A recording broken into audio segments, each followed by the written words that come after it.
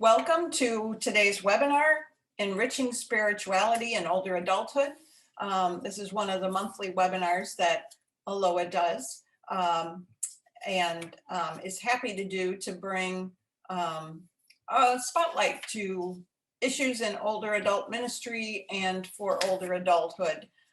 Today we are so pleased to have Roland Martinson join us. He is a member of ALOA's board, so we have extra pull with him, but he has got a wealth of wisdom on many issues for older adults. So Raleigh is the author of Elders Rising, which he graciously did a webinar on that topic for us last summer. So without having any more time, I will turn it over to Raleigh and we will get started. Thanks, Carol. Hello, it's my privilege and honor today to join you on a journey into the breadth and depth of older adulthood, some of the incredible experience of having lived a long time, reflecting on that experience, having received God's messages and having experienced the life of God and others in the world, to delve into what it's like for that to become the center, focus of our life with each other and in the world. So what we're going to do today is we're going to dive into, first of all, the broader concept of spirituality, and then particularly within spirituality, the focused heart of spirituality for those of us who are Christian, the nature of faith, vital faith as a part of the well-being of elderhood. I'm going to make a statement today, or an argument today, that there's much that goes into the quality of life for older adults, such as physical health, physical assets, mental assets, social assets, emotional assets. But at the heart of that well-being for elders is spirituality, and at the heart of spirituality is faith. So with that, let's get started by taking a look at what this might look like in the life of an elder. And so I want to take you into the life of an 82-year-old and some of what his life looks like. And I'm going to ask you as we go along to put on your investigation hat, and as we go along, seek to identify what would indicate for you are indications of his spirituality and indications of his faith, and how they're both being supported by his life with a congregation, as well as his life with his friends and others in the community. So let's take a look at Francis. During his career in research, university extension education, and academic administration, Francis became a leader with outstanding organizational and human qualities. Others recognized these capacities in Francis, and he was called upon to serve in numerous short-term interim positions of import in the early years of his retirement. Francis was intrigued, challenged, and grateful for these opportunities to make a difference in higher education, a calling to which he is deeply committed. Since leaving higher education, Francis has expanded his interests and leadership in his neighborhood, community, congregation, and international mission. Francis has volunteered at a senior living center.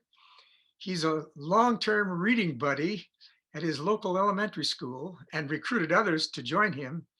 He provides program oversight at his local Kiwanis Club. He's held multiple leadership roles at his church, where he serves as a meter and greeter on Sunday mornings. He's been the president of his housing association, where he lives, and with others been instrumental in developing irrigation systems on farms in Tanzania. At age 82, Francis has shed some roles, yet continues his active involvement in family, community, and congregation, especially in worship and men's Bible study, as he has the energy and stamina. Relationships are an essential part of Francis' vital, robust lifestyle. Engaged in a relational web that begins with his family and neighbors, expands to his church and community, and reaches back to friendships from his university years, Francis is surrounded by interesting people in whom he delights and who deeply appreciate him. Tending and cultivating these quality relationships is intentional and a huge value for Francis as he looks to the future for himself and his children and grandchildren. Francis deeply appreciates his family, both his immediate and extended families. Francis spends quality time getting to know his grandkids so he can encourage and support them as they make their way to adulthood. Sharing holidays and life milestones with them is a high priority and meaningful for him and his wife. He's especially appreciative or appreciates each of the spouses to whom he has been married over his lifetime. His first wife died at age 64. Soon after Francis' retirement, he remarried his present spouse, whom he met at church 3 years later. Health has been a concern for Francis. He's had surgery and radiation to treat prostate cancer when he was 64. The cancer is presently in remission. Francis had a knee replaced at 80. He has moderately high blood pressure managed with medication. Recently, nerve malfunctioning in his lower extremities affected his driving, so he uses hand controls. While, as he says, these hiccups have slowed me down, they have not kept me from my people in service. God is with me and leading me into the future.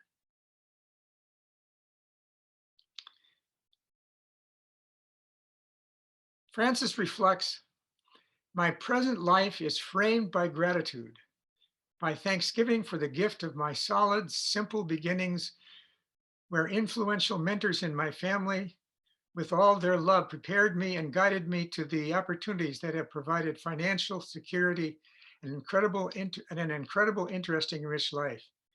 God continues to draw me forward as he promises to be with me forever. Just being with Francis gives evidence that it is from the wellspring of his gratefulness and hope that Francis' gracious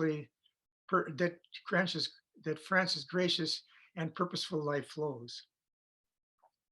So let's get into some of the specifics of spirituality and faith that we see in Francis and that we might consider as the matrix within which we think and work as we do ministry and elders do ministry with each other in our congregations. So what I want to do, if you put up the outline that we're going to follow, Carol, I'm going to lead us through an unfolding narrative of the dimensions of faith and spirituality, and to use those dimensions as foci for ministry and as the occasion for gathering practices and activities that we as congregations can do that will in fact enrich the lives of the elders around us and tap into their spirituality and faith to enrich the rest of the congregation. So I'm going to take a look with you at older adult spirituality and faith perspectives and resources as they're reflected in personal faith and life narrative, as they are filled with hope, that is sustaining promises, that they are grounded in sacred experiences and spaces, and that they are fed by vital faith practices. So let's take each of those four and get into them a bit. What do I mean by faith and life practices? It is for me a way of finding meaning and direction in elders' understandings of God and God's actions in the world. So that in this process, as they go through the seasons of life, now this third season or later season of life, weave identity and activities in their life around a sense of God's actual presence in everyday life. So that God is real, that God is here with me and for me, and that God is not just with me when I'm at church or saying religious language, but God is with me whether I take the wings of the morning and fly to ecstasy, or sink in the depths of deepest despair. The job is that God is in fact there with me as my life unfolds. So that in the process with them, God's story and their stories intertwine and become a vital narrative of their existence. Sometimes I kid with people in terms of responding when they ask me, so Raleigh, who are you? What do you do these days now that, that you're retired? And I say to them often, I'm a gracious, curious activist, a God guy, which is a way of rolling some of my lifestyle and my traits and my interest into my understanding of God's saving me through the life and death of Jesus Christ and freeing me to be alive in the world so that others might thrive. So what does a personal faith and life narrative mean? It means bringing into dialogue and then bringing into a woven tapestry the realities of God's truth, God's understandings, God's presence, and the stuff of each of our individual lives. It's then, I think, as that story comes together, being available and being open to each other in terms of the questions, the critical questions that unfold. Some people take for granted that because a person has believed all their life, that they don't have any more questions. Well, I discovered in my research that nothing could be the more true than this is a time when there are all kinds of new questions. I've had people say to me, so Pastor, now that I'm facing death's door, help me understand what eternal life looks like. Is it real? What's it going to be like on the other side? Can I get ready to go? Or people say to me, I don't know if I can handle decline and diminishment. I've been used to all my life growing and expanding and taking on things and having a tomorrow that seems to go on. And now as my life declines and moves into a narrow place, how do I handle all of this?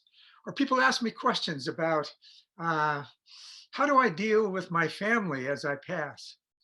How do I deal with the ways in which my children are very different as they make claims on my life? There are questions one after another.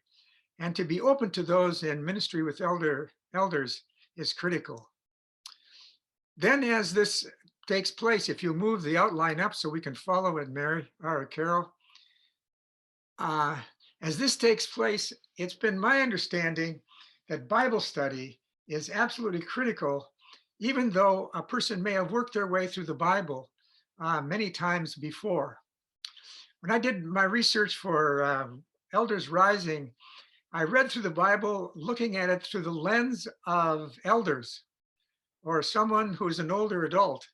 And I saw truths that I had never seen before. It changed my life. I noticed, for example, that Moses and Aaron were 81 and 83 years old when they met the first time with Pharaoh and began a process that led the people of Israel to the crust of the promised land. Elders, leaders in the exodus of God's people. We all know the story of Simeon and Anna, who were in the temple as elders, regularly waiting upon God, praying, listening for a signal from God that new things were happening. And they were the ones who stood at the hinging of the history of God's people as they met Jesus for the first time. And we have the Nunc Dimittis, this song sung by an elder and a child hugged by an older adult woman as the confirmation that history is turning and God is opening a new time. Can it be that one of our callings, that part of our story in God's narrative, is to be present at the hinging of one time into another, one era into another? I think that the Bible teaches us that. So at the heart of faith, at the heart of spirituality, is the coming together, as I see it in scripture and in the life of Christians, of God's real, vital presence, story, and action, and the stuff of our own life as we grow older. So it's not just rusting out, it is in fact living a calling that is as lively and vital today as it's been in the future, as it's been in the past. What I list here, you see some background readings. If you'd like to get into more perspectives on the narrative, the story of God encountering our life, these are some people who have written about it. You can select one or more of them to look at them. And to give you a better idea of whether you would want to or should you, Carol is going to send you a larger narrative, approximately 15, 16 pages long, that follows this outline, that is a narrative of how these matters unfold and how you might go to work with using them in your congregation. As we do that, let's just take a look at some of the practices that I look at in the resources that I mentioned in that paper. I thought it would be interesting just to open the door to the many ways that I've heard in my research, people telling me that they're working with putting God's story and more of God's story and elder stories together. These are all annotated in the article that Carol was going to send you, but let me just drop in on one of them, biographies. It's fascinating to read the stories of some incredibly interesting Christians and how they understand God and who God is, and God is at work in the life of their unfolding elderhood. C.S. Lewis, for example, Mother Teresa. There are a great many others to look at some of the contemporary stories of people who have wrestled with God. It's just an incredible way to think about, so what's going on for me in my life? What you might want to do is video your faith story, in which you give some reflection and then sit down and leave for your grandkids an understanding of how God has been at work, about the ups and downs, about the Job-like experiences you may have had with God, and the mountaintops that may have been there. It's probably enriching not only for your grandkids, our grandkids, to hear those, but for us to give language to it, so we're actually living and it's being named. And then some resources in which you might use to get after those. You'll find those annotated also in the article that we'll send to you.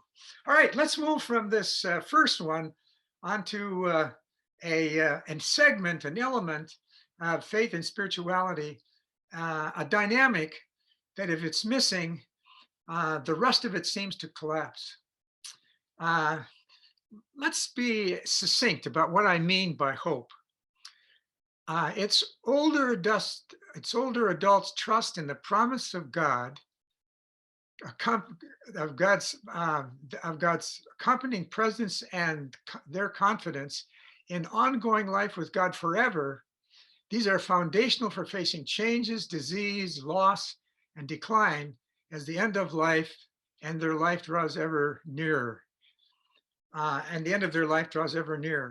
There's no way to participate in the last season of life, in life 65 and older, 75 and older, 85 and older, without experiencing incredible change, without experiencing decline, without experiencing diseases of some kind, and without ultimately facing the end of our life and death. And I discovered, as I interviewed people across the country and have studied gerontology and have looked at the scripture, that the promises of God in the past that have been realized, and the promises of God that presently are functioning, that look into the future, and the promise of God of a future with God that goes on in a life with God that is forever, is the heart, the anchor, the pulse of faith and spirituality in old age. And so to celebrate that in hymnody, to sing about it, to pray about it, to look into Bible studies about it. And I've listed here some of the background reading that might get at for you all of this. They're all really good, almost everything. Notes on hope, just a great piece. Life gets better. The unexpected pleasures of growing older. You can just see in the titles, Joyful Aging, A Christian's Guide.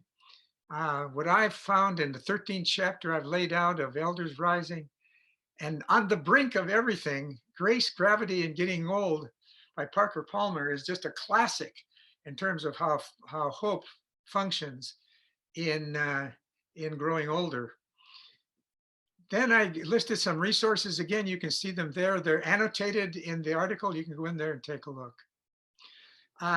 As one moves to the heart of hope, it's interesting to work with a group of people and wonder about the role that hope has had in the life of a group of elders. Let's say one has 5 or 6 together, and they get into conversation with 2 in dyads about the places in which they have seen hope in the life of others, the places in which they have experienced hope in their life, the places of which hope has drawn them along in their communities, and to start giving a language to hope as it's existed, and then to begin to give language to hope as it exists now.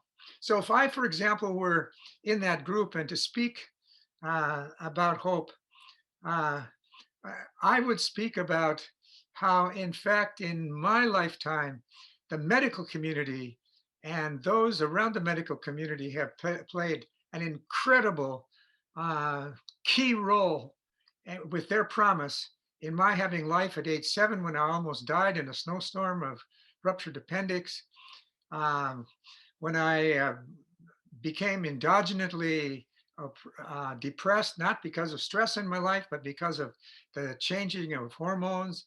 And again, the process of the medical community working alongside of me. One of my delights is that I think I can live until I die, no matter how that happens, with the medical community as one of the communities alongside of me. The promise of medicine is one of the great joys, has been of my life and is into the future. I wonder what yours are and how those that are in the lives of people in your congregations might strengthen and encourage one another. So a second dimension that's critical to faith and spirituality are the promises of God, the promises of this life, and our giving language to those and experiencing those, trusting those as the foundation for our lives. A third, sacred experiences and spaces. What I think is at stake here is coming to know the profound truth of God, the profound truth of the Christian faith, the promises of the faith stated, the reality of God at work in life, not just as concepts, yes, as concepts, as literal truth, but as experience, as true in the fullness of how they're experienced in our life and the life of the community. And so here's what I see this means for people that I've discovered in my research. Participation in faith communities, visiting hallowed spaces, and living through powerful experiences make God real for older adults, especially in times of crisis. These sacred communities, places, and experiences strengthen their faith as they encounter huge challenges, poignant questions regarding their beliefs and family, and finally death. Let me use just an example of this. I remember as a pastor sitting with an elderly woman who was dying of heart failure. And one morning when I came to visit her, she took my hand and she said to me, thank you for coming. But I need to tell you that what means more to me is that Jesus comes and stands at the foot of my bed. She said, look, you can see him. And I looked and I couldn't see him. But then she told me about a lifetime of her prayers as she had experienced the presence of God in her bedroom, having been widowed early, and how Jesus had showed up as she had prayed the Jesus prayer uh, night after night after night. And now she said to me, as I walk through the valley of the shadow of death, he is with me. And I see him at night in the foot of, at the foot of my bed. Now that wasn't one of my faith practices at that point, but it was one of hers. And Phyllis brought that experience along with her in the lonely, many times lonely walk to life, to death, as a presence of God that she experienced. So I've provided there some background reading that speak about his experience. The art of letting go and experiencing how to shed as one grows older. Into the silent land, be still and know that I am God, the psalm says. Here Martin Laird gets into that. Open mind, open heart. Here Thomas Keating takes the ideas of faith and the experiences, the heartfelt experiences of faith, and put them together as a way of entering into the presence of God with power. And so I've listed some practices there annotated in the article that I sent to you. Let me just speak of the of spirit-filled events, especially those life and death moments. One of the experiences that has readied me for death is being present when my father died. We had him hooked up to machines, and we could tell that he was becoming stressed. He was on some morphine, but not so much that he couldn't be present to us. And we could tell from his heartbeat and from his sensibilities that he was disturbed, and that he was in his dying days now, dying hours, uncomfortable, and discomfort was there. And so I took his hand and I said to him, Dad, we can see that you aren't feeling well, that you're uncomfortable. And we can address that by doubling the medications that we're giving you, and you'll feel just fine. But we won't be able to talk with you, and you won't be able to be aware of us.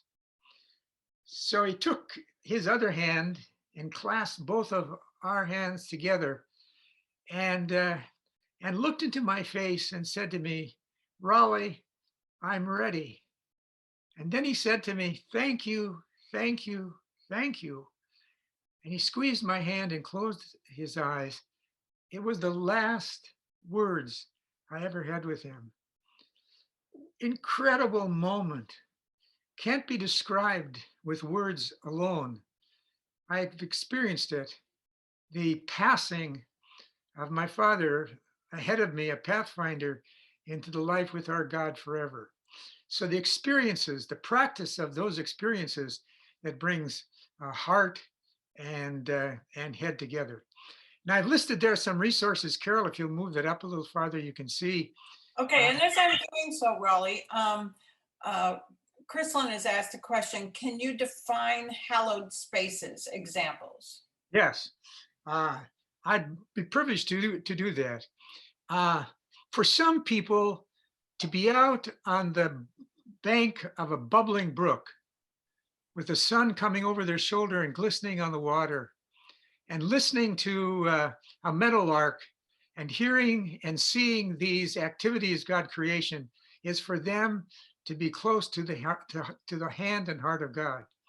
For others, like for me, for example, to be at Notre Dame Cathedral and just sit and watch the light come through those stained windows, that art and that huge living space has been for me in my life one of the magnificent sacred experience. Another for me is just to take the hand of my spouse at night when we're lying in bed, and in the stillness of the falling into sleep, to be intimate and deeply connected to someone I love, and to know that we're connected to the love of God and God's love with us. That's the kind of thing that I'm speaking of. Like for us, being in bed, like for me, being at Notre Dame, like for my friend, being on the mountaintop or being at River's Edge. There are all kinds of different places for people. They have some common themes, but they are different for people depending on uh, who they are. Does that give you a sense? I hope that gives you some illustration. And to carry on a conversation with people, then once you've opened up some of the examples, I think works. I give some of them in the article too. You can look there when you get it. Good. Also, Paul has asked, how is this affected for those of us in facilities and especially with the COVID-19 limitations? Yeah, yeah. Well, there's so much with COVID where uh, the ministry of congregations, they have become more and more and more important, but certainly different. And so usually with COVID for older people, there's a diminishment of personal interaction. Usually with COVID for older people, there's less physical experience or less emotional connection. What I see uh, can be done is fascinating, I think, in terms of connections. I have with a group of men who get together for Bible study, a transition in COVID where we have committed to each other to send a list email to each other every day. At the end of every day, we'll speak to what the day has been like and speak about the presence or activity of God in our life this day and some of what we prayed for. So I set that out and I get 6 more from other people. And then we've committed ourselves to, as COVID has gone on, the pandemic has gone on, to getting on the telephone and talking with people, one person each day from the Bible study. And we'll have committed ourselves to 2 things. One, to have done the Bible study for that week together and to do that so that we can talk about it for a week's time, but also to be ready to think about and talk about what's going on in my experience in my family. So during this period of time, I've had over a year now, or almost a year, not quite a year, a year of personal conversations daily with one other man from our Bible study. I guess it's probably about 9 months that we've been doing it. An email that's come every evening from 6 of my colleagues about their lives, so that I would say that even though I can't wait to look into their face as in physical presence, I've had a chance to see them once a week. We do another Zoom at the end of the week, even as we send the emails weekly or daily and have a daily conversation.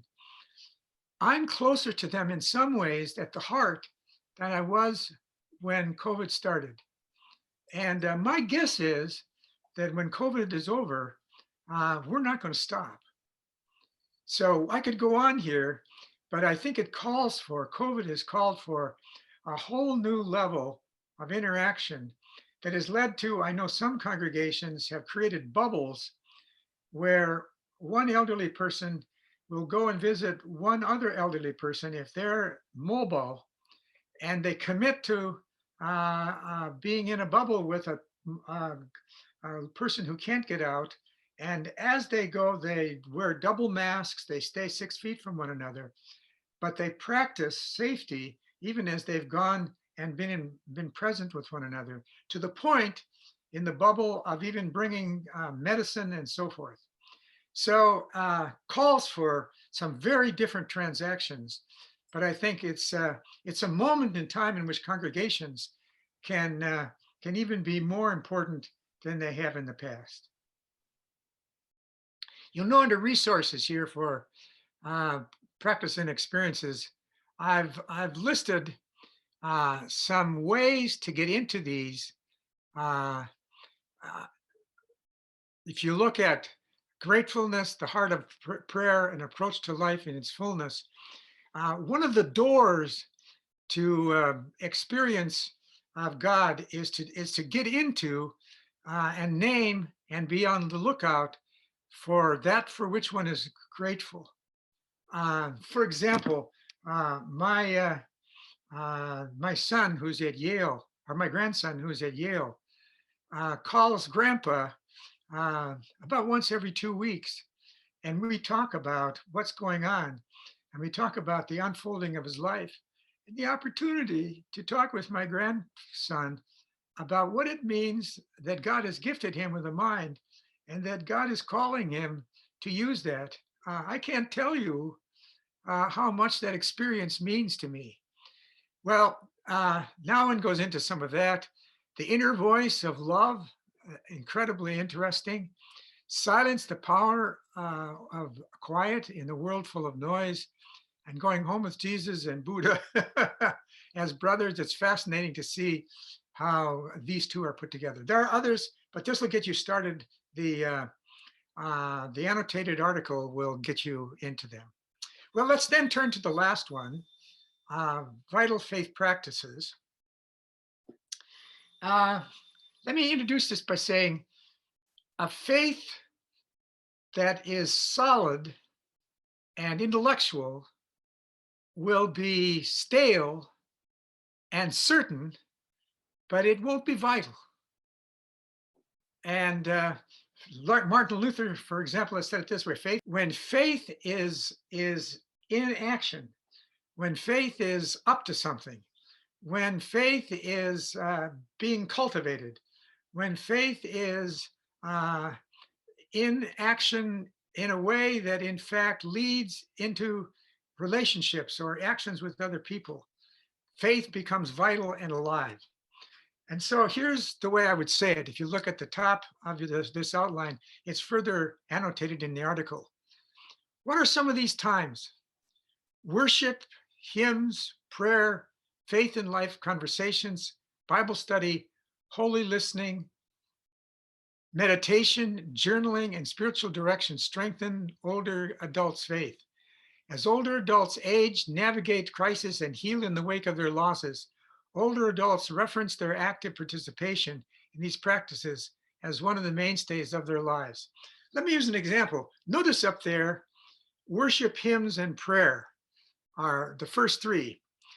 I'm consulting with a congregation that has twice a year now a elder celebration Sunday, or an older adult celebration Sunday, in which they begin the service with singing 2 verses of 6 of the favorite hymns of elders in the congregation, with solos and duets and horns, and some of the older people in the groups that are helping lead.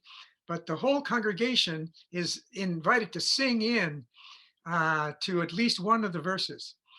And elder people have said, wow, worship has come alive for me again in a new way. And their grandkids and their kids have said, I didn't know you could sing, Grandpa.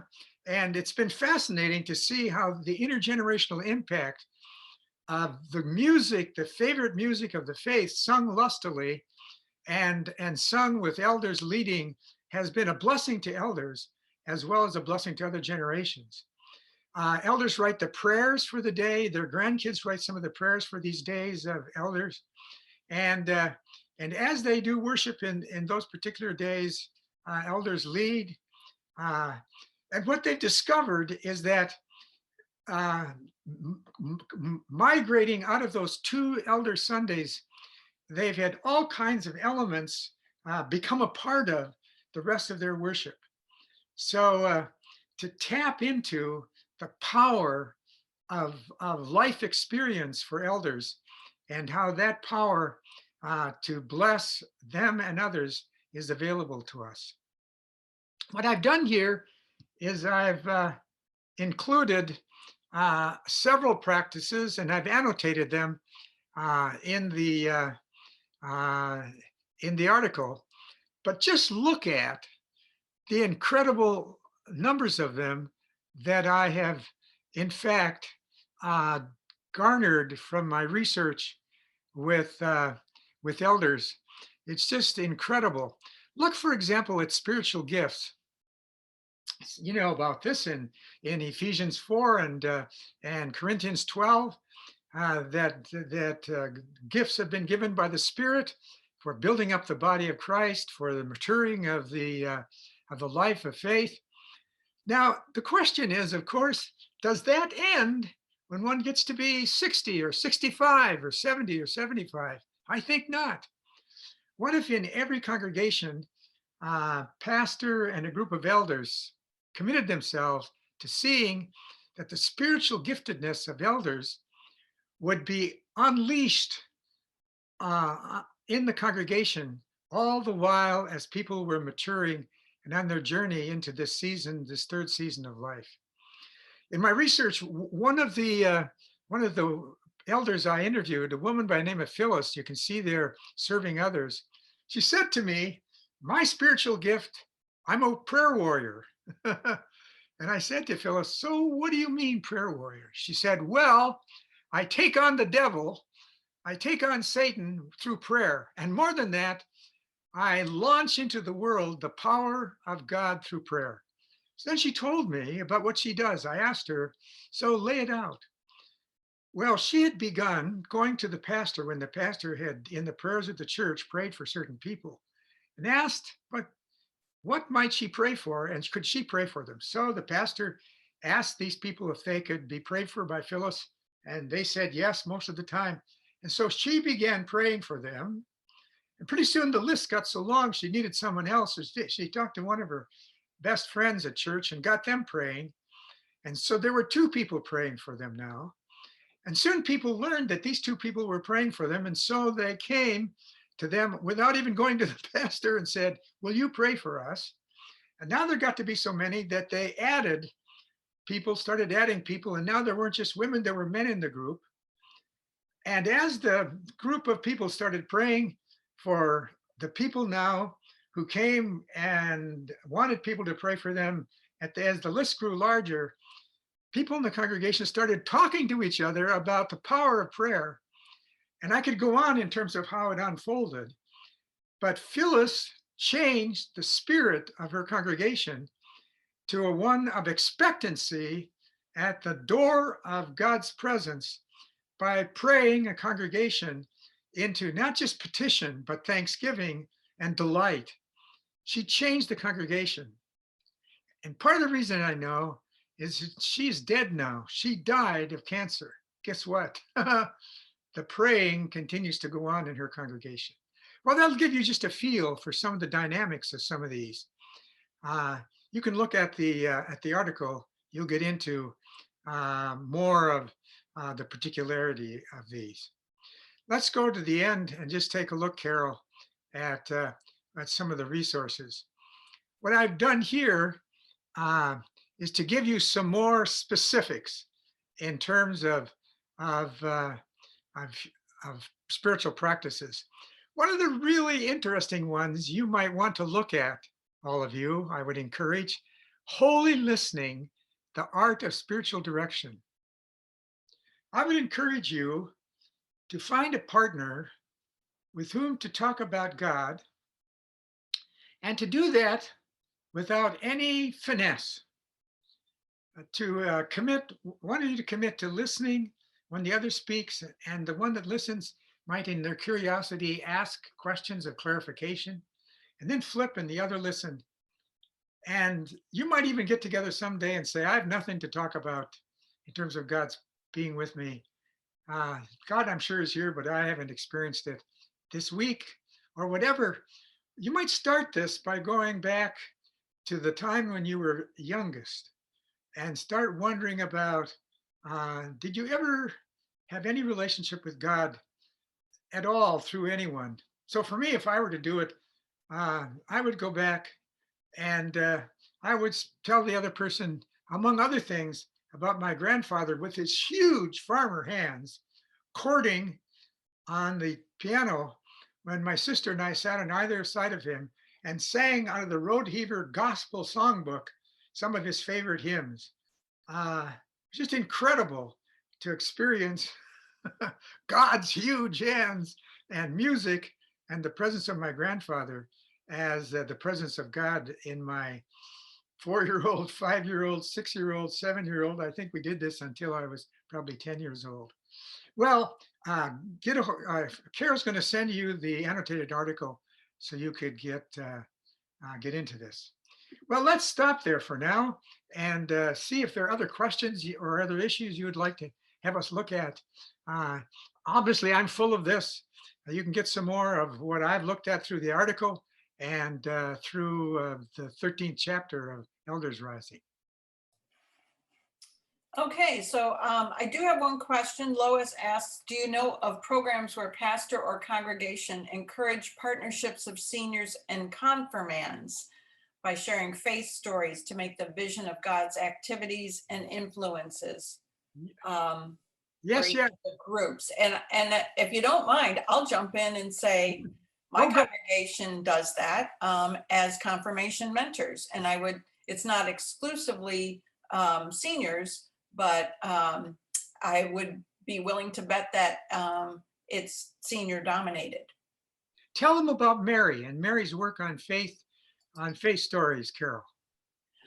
Mary Simon is one of Aloha's board members, and she and one of the other board members, Ken Holdorf, developed a program called Faith Stories. And through Ken's congregation in Carrollton, Texas, in the Dallas area, they worked with the school there. And in the high school, the video class ended up, and it kind of developed out of a previous project of this class with Aloha, of talking with seniors. They got to know seniors better and realized they weren't quite so different from themselves. And then they asked them if they would want to tell their faith story. So they currently have the program going on, and we have information about it on our website, but they regularly have seniors that want to record their faith story, and the class works with them and they record it for them and give it to them to share with their family or friends or anyone they want to. That's just an awesome activity. I've seen some of them, and we can learn to do it. And Mary's background is really helpful. I'll give a couple, and then what I would encourage you to do would be to query us on the board or query via the website of Aloha, and we can get you in touch with a number of congregations. I know a half a dozen that you might contact and talk with people who are at work there. Here are two I'll tell you about. One of them started when the pastor decided that when they studied the fourth commandment, they would bring in 3 generations because the fourth commandment is about not just children obeying their parents, but older parents obeying or taking care of their grandparents, the child's grandparents, or the parents' parents when they grow older. Don't leave them in the desert to die, Moses in the story. So what he did was he had a panel where they had a confirmand and a parent of the confirmand and a grandparent of the confirmand together. And he simply started the panel discussion by saying, so grandma, how did mom do when she was a youngster about honoring father and mother? And so the teenager was listening as mom talked about, well, I think I did this. No, grandma said you did this. And they talked about the ups and downs. And pretty soon these 3 women or 3 generations were having a discussion about how to take care of each other. And so on the basis of that first, they decided whenever they discussed the fourth commandment, they would make sure that every family would have some form of 3 generations with the confirmand. And if they didn't have a grandparent in the area, they'd provide a grandparent from the congregation. And then they decided, why not do this with all the commandments? So they started studying the commandments 3 generationally. So they brought parents into it and grandparents into it and unleashed these discussions of what it means to live true and graceful out of 3 generations. The last one I'll give you is a congregation that I know of now.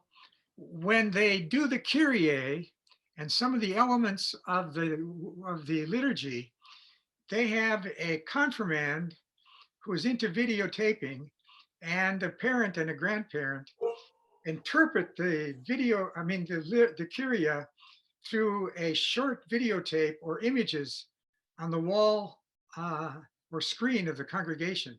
So they've now taken the arts and technology and the generations and their different place in technology into worship and fit it into a quite traditional worship service that used the arts to open up what's going on.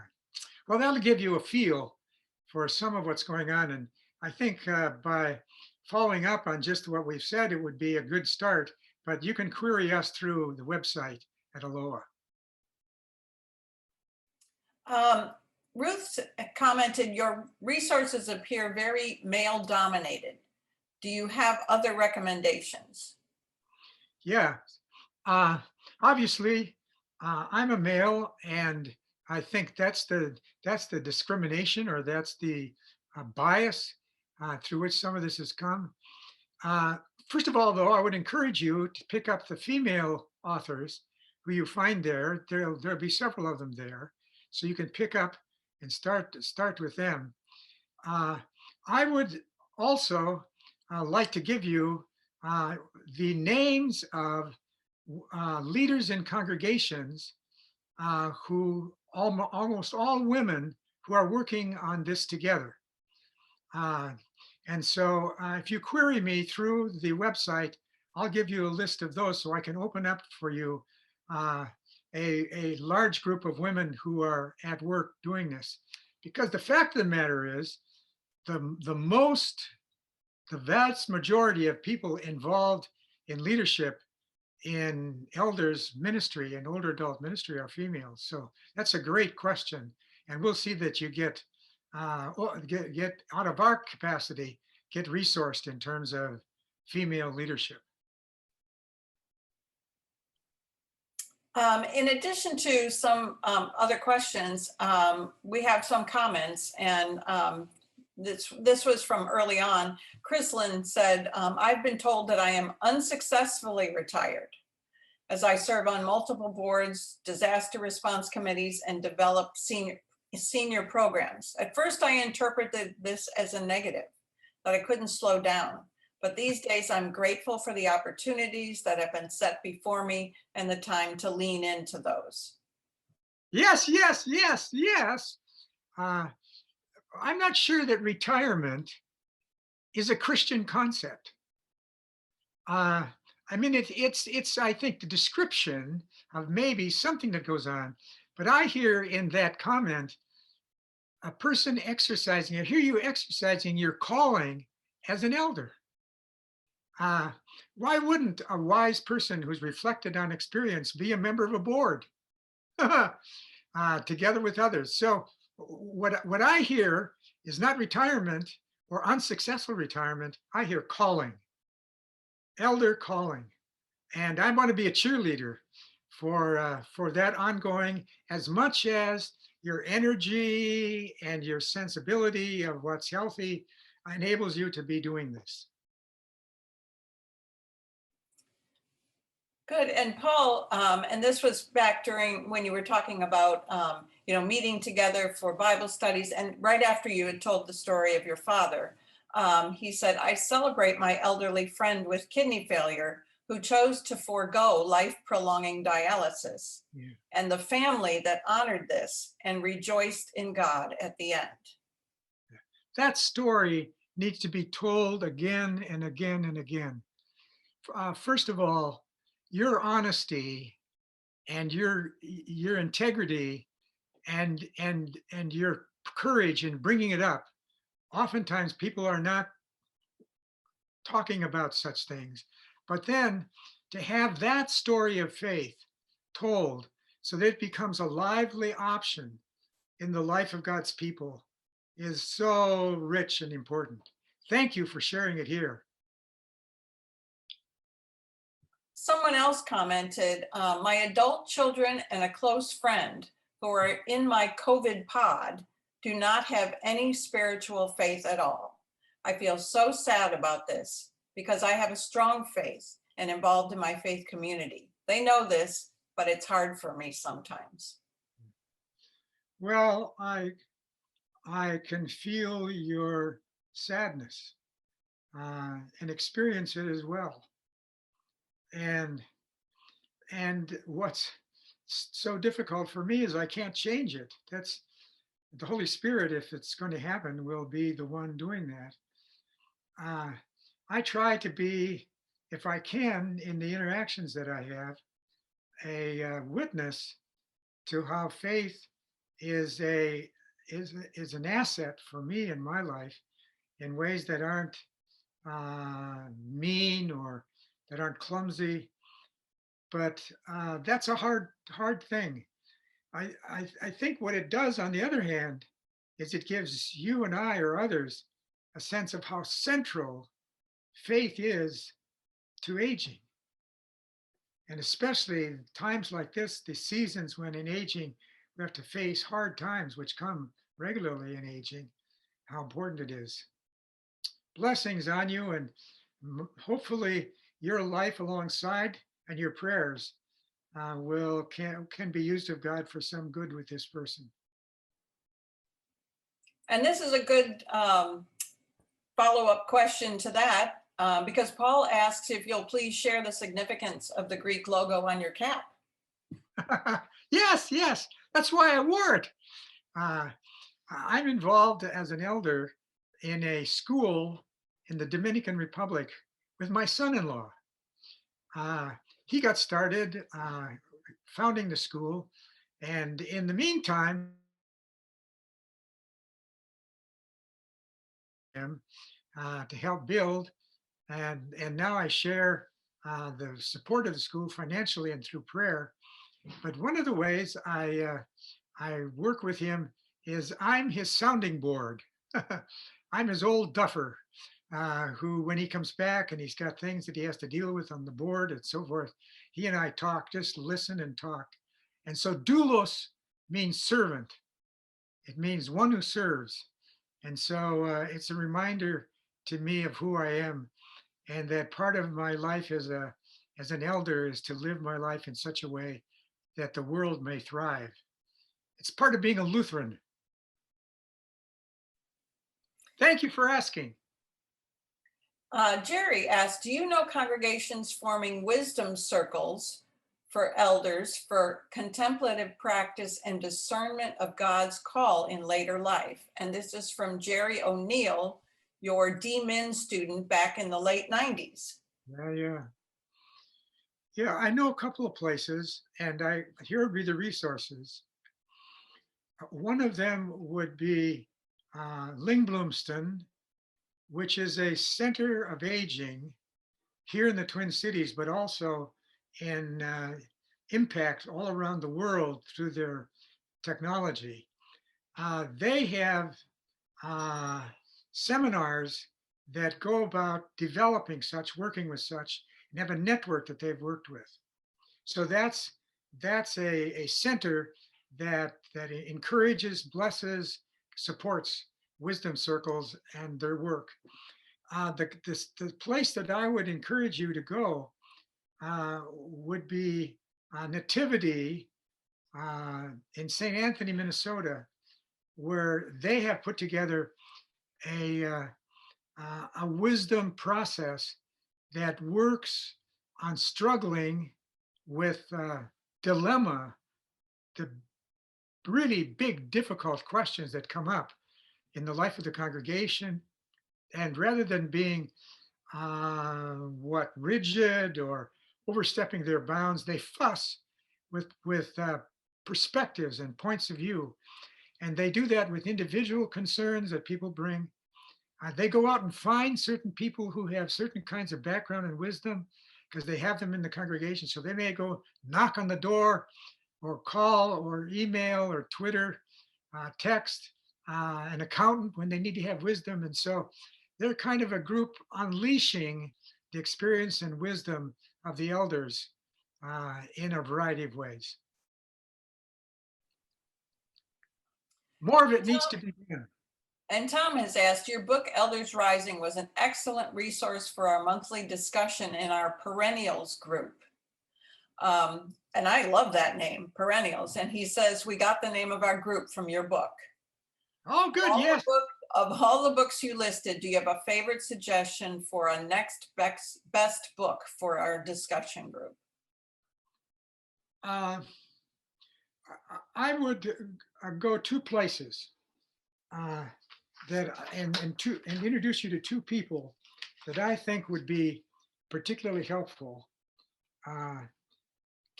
Thomas Keating has written several. One of them on in the article is Intimacy with God. He's written one on ministry with elders as well. So Keating would be one of the persons I would recommend. And the other would be the books by Henri Nouwen. There are two books by Henri Nouwen that are listed. And either one of those, I'm trying to think of which one I would start with. It would be probably the best one. I think either one would be fine.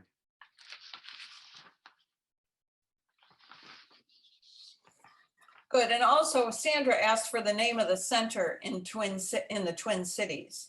And I believe that was Link Bloomston that you were talking about. Exactly, Carol. And I can send out that name and the spelling of it with the email where I send the documents you've used today. Good. Thank you. All right. And I've had several comments on what a wonderful presentation, and you're a wonderful example to us all. Great job was another one. Oh, and Lois has a question. Are there programs that will address or encourage the example I am sharing? A friend is locked in a senior facility whose husband has just died, has taken a personal challenge. She shares her joy in faith and then helps the unhappy ones around her by encouraging them to appreciate the life they have. Yeah. Oh man, that is so good. Let me get at it this way. I have been working with some congregations to get at a whole series of COVID generated and expanded dilemmas.